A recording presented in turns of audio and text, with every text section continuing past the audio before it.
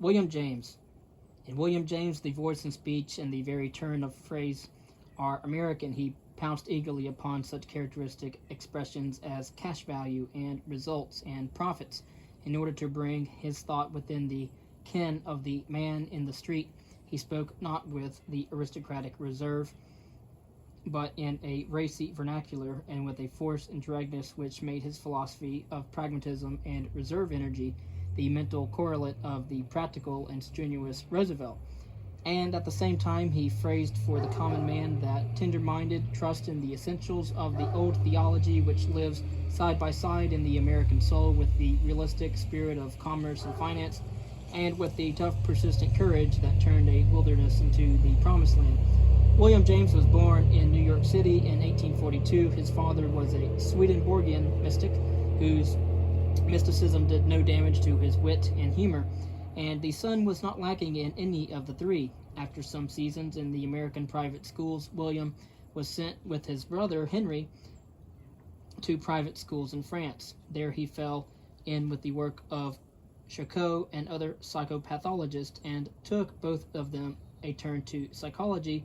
One of them, to repeat an old phrase, proceeded to write fiction like psychology, while the other wrote psychology like fiction. Henry spent most of his life abroad and finally became a British citizen. Through his more continuous contact with European culture, he acquired a maturity of thought which his brother missed, but William, returning to live in America, felt the stimulation of a nation young in heart and rich in opportunity and hope, and caught so well the spirit of his age and place that he was lifted on the wings of the zeitgeist to a lonely pinnacle of popularity such as no other American philosopher had ever known. He took his medical doctorate at Harvard in 1870 and taught there from 1872 to his death in 1910. At first anatomy and physiology, and then psychology, and at last philosophy. His great achievement was almost his first, The Principles of Psychology, published in 1890, a fascinating mixture of anatomy, philosophy, and analysis, for in James, psychology still drips from the membranes of its mother, metaphysics. Yet the book remains the most instructive and easily the most absorbing summary of its subject. Something of the subtlety which Henry put into his clauses helped William James to the keenest introspection which psychology had witnessed since the uncanny clarity of David Hume. This passion for illuminating analysis was bound to lead James from psychology to philosophy, and at last back to metaphysics itself. He argued against his own positivist inclinations that metaphysics is merely an effort to think things out clearly, and he defined philosophy in his simple and pellucid manner as only thinking about things in the most comprehensive possible way. So after 1900, his publications were almost all in the field of philosophy. He began with The Will to Believe in 1897. Then, after a masterpiece of psychological interpretation, Varieties of Religious Experience in 1902, he passed on to his famous books on pragmatism in 1907, A Pluralistic Universe in 1909, and The Meaning of Truth in 1909. A year after his death came Some Problems of Philosophy in 1911, and later an important volume of Essays in Radical Empiricism in 1912. We must begin our study with his last book because it was in these essays that William James formulated most clearly the basis of his philosophy. The direction of his thought is always to things, and if he begins with psychology, it is not as a metaphysician who loves to lose himself in ethereal obscurities, but as a realist who, to whom thought, however distinct it may be from matter, is essentially a mirror of external and physical reality. And it is a better mirror than some have believed. It perceives and reflects not merely separate things, as David Hume supposed, but their relations as well. It sees everything in a context, and the context is as immediately given in perception as the shape and touch and odor of the thing. Hence the meaninglessness of Immanuel Kant's problem of knowledge. How do we put sense and order into our sensations? The sense and the order, in outline at least, are already there. The old atomistic psychology of the English school, which conceived thought as a series of separate ideas mechanically associated, it is a misleading copy of physics and chemistry. Thought is not a series, it is a stream, a continuity of perception and feeling, in which ideas are passing nodules like corpuscles in the blood. We have mental states. though this is again a misleading static term that correspond to prepositions, verbs, adverbs, and conjunctions, as well as states that reflect the nouns and pronouns of our speech.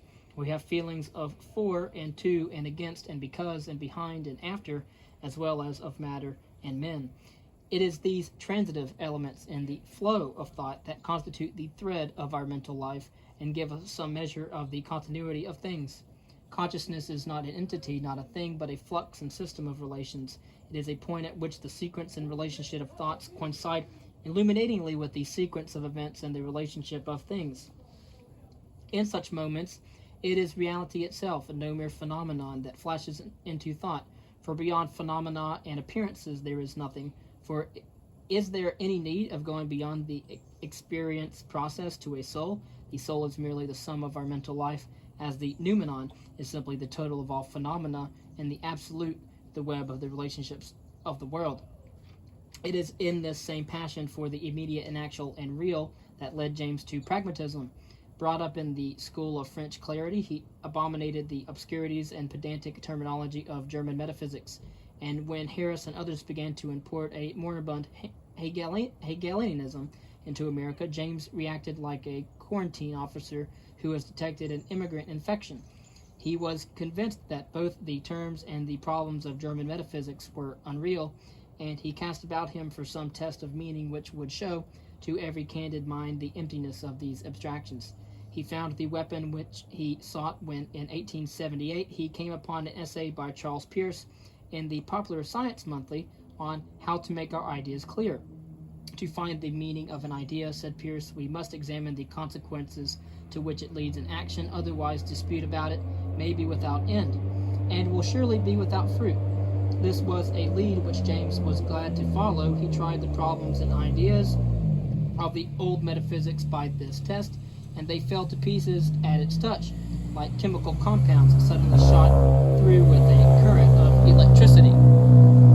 And such problems as has meaning took on a clearness and a reality as if in Plato's famous figure they had passed out of the shadows of a cave into the brilliance of a sunlit noon. This simple and old-fashioned test led James onto a new definition of truth. Truth had been conceived as an objective relation, as once good and beauty had been. Now, what if truth like these were also relative to human judgment and human needs? Natural laws had been taken as objective truths, eternal and unchangeable. Spinoza had made them the very substance of his philosophy, and yet what were these truths but formulations of experience, convenient and successful in practice, not copies of an object but correct calculations of specific consequences? Truth is the cash value of an idea. James said that the true is only the expedient in the way of our thinking, just as the right is only the expedient in the way of our behaving.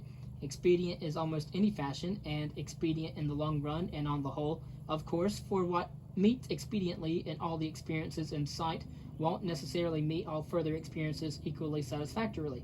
Truth is one species of good, and not, as is usually supposed, a category distinct from good and coordinate with it. The true is the name of whatever proves itself to be good in the way of belief. Truth is a process and happens to an idea. Verity is verification. Instead of asking whence an idea is derived or what are its premises, pragmatism examines its results. It shifts the emphasis and looks forward.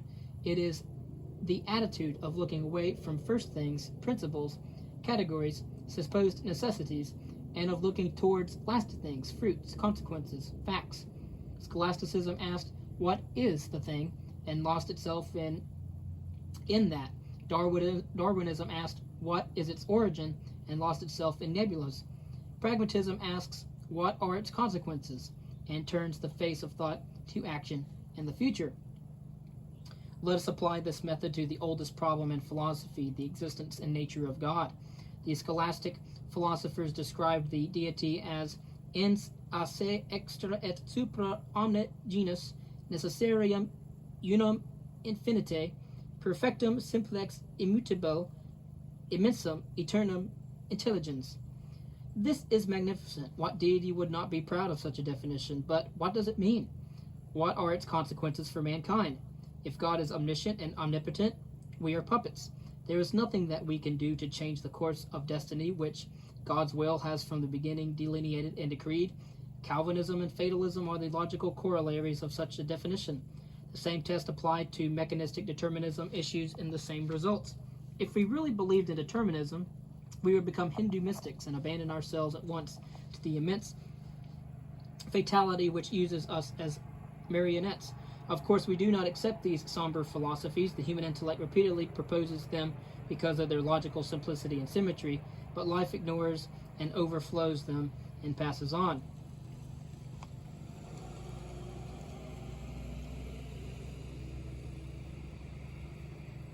A philosophy may be unimpeachable in other respects, but either of two defects will be fatal to its universal adoption. First is the ultimate principle.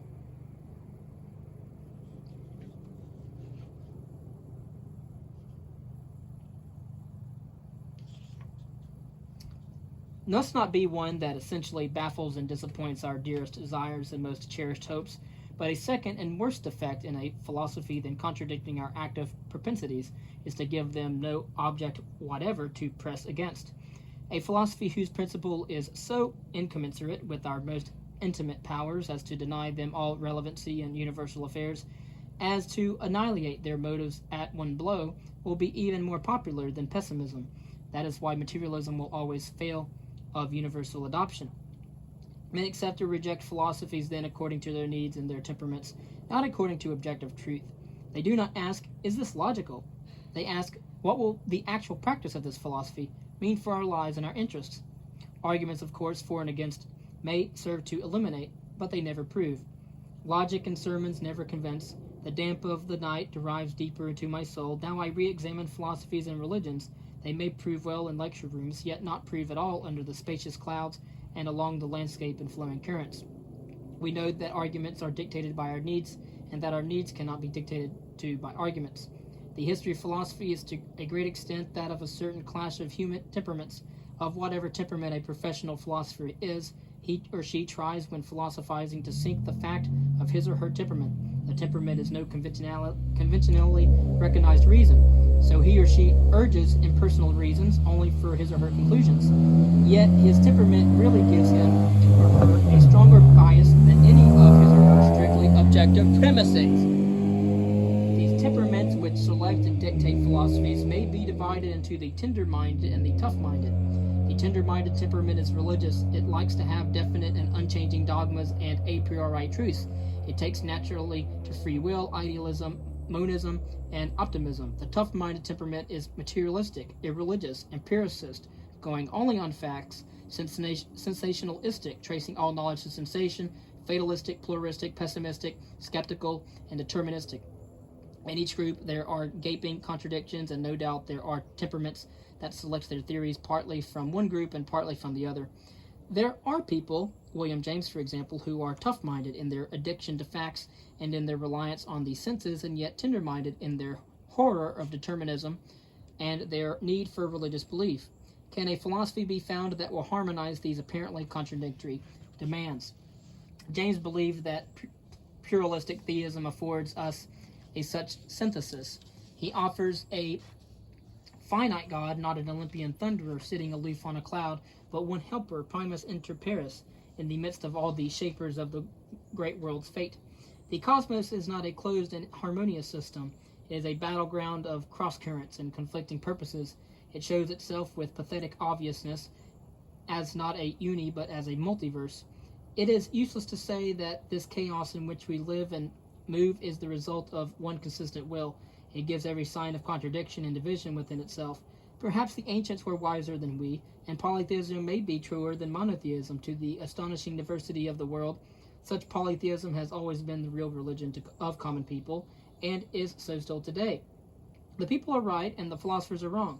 Monism is the natural disease of philosophers, who hunger and thirst not as they think for truth, but for unity. The world is one. The formula may become a sort of number worship.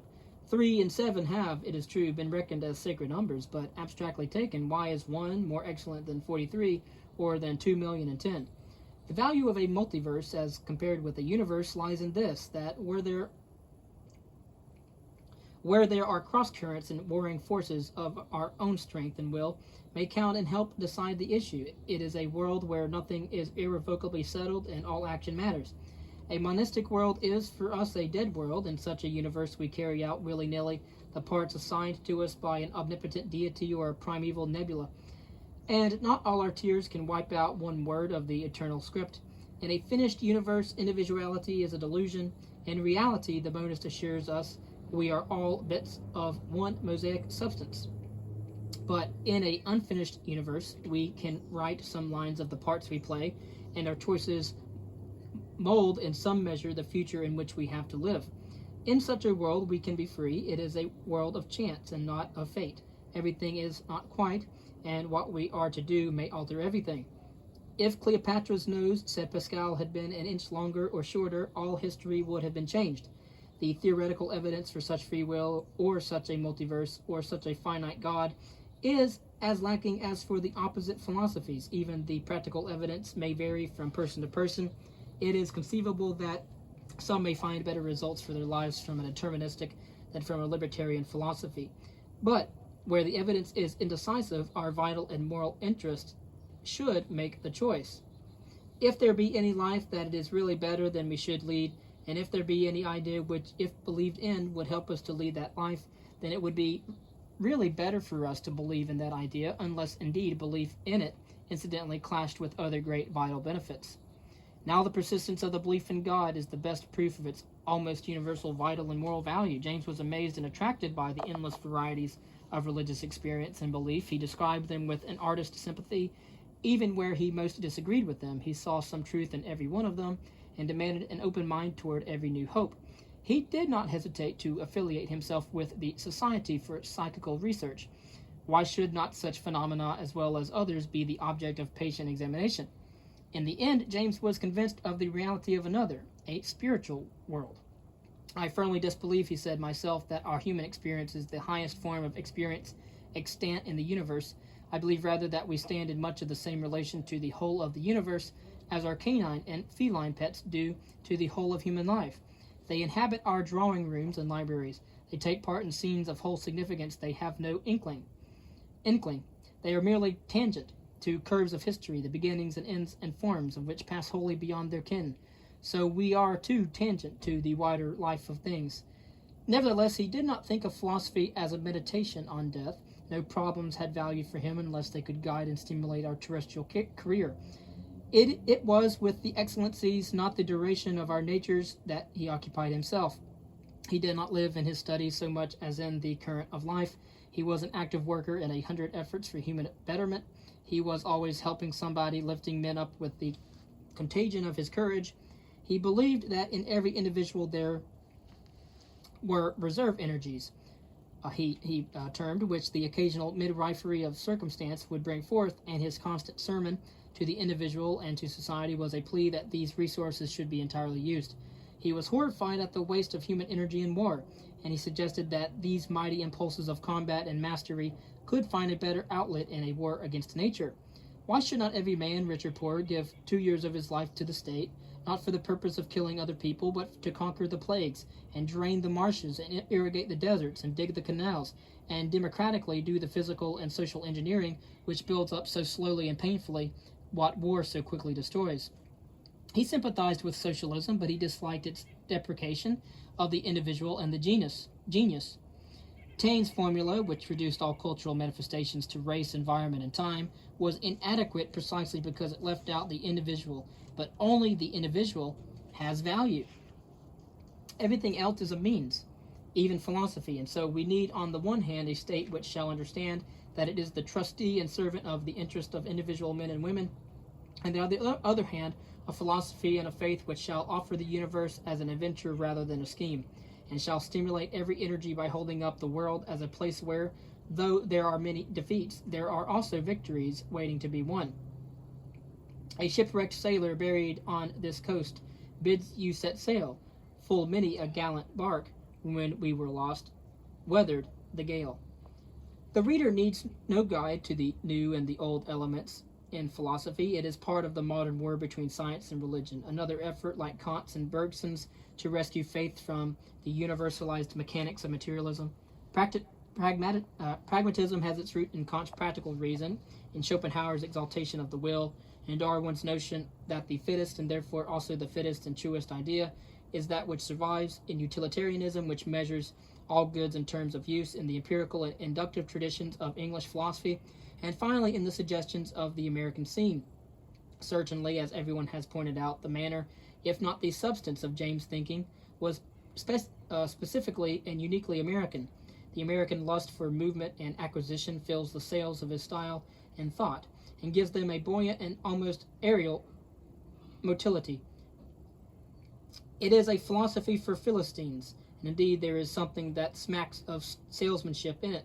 James talks of God as an article to be sold to a materialistically minded consumer by every device of optimistic advertising, and he counsels us to believe as if he were recommending long-term investments with high dividends in which there was nothing to lose and all the other world to win. It was young America's defense reaction against European metaphysics and European science. The new test of truth, however, was of course an ancient one, and the honest philosopher described pragmatism modestly as a new name for old ways of thinking. If the new test means that truth is that which has been tried by experience and experiment, the answer is, of course. If it means that personal utility is a test of truth, the answer is, of course not. Personal utility is merely personal utility. Only universal permanent utility would constitute truth. When some pragmatists speak of a belief having been true once because then useful, though now it's been disproved, they utter nonsense learnedly. It was a truth in the sense that it was a useful error, but it was not a truth. Pragmatism is correct only if it is a platitude. What James meant to do, however, was to dispel the cobwebs that had entangled philosophy. He wished to reiterate in a new and startling way the old English attitude towards theory and ideology. He was but carrying on the work of Francis Bacon in turning the face of philosophy once more towards the inescapable world of things. He will be remembered for this empirical emphasis, this new realism, rather than for his theory of truth, and he will be honored perhaps more as a psychologist than as a philosopher. He knew that he had found no solution for the old questions. He frankly admitted that he had expressed only another guess, another faith. On his desk when he died, there lay a paper on which he had written his last and perhaps his most characteristic sentences. Quote, "There is no conclusion. What has concluded that we might conclude in regard to it? There are no fortunes to be told, and there is no advice to be given. Farewell." End quote. And so, as you can see in William James, this is the story of philosophy by Will Durant, a historian, and the reader should not necessarily be reminded that the philosophy which we are just summarized is more of an American philosophy, not a European philosophy that pretty much dominated in everything but the place of its composition.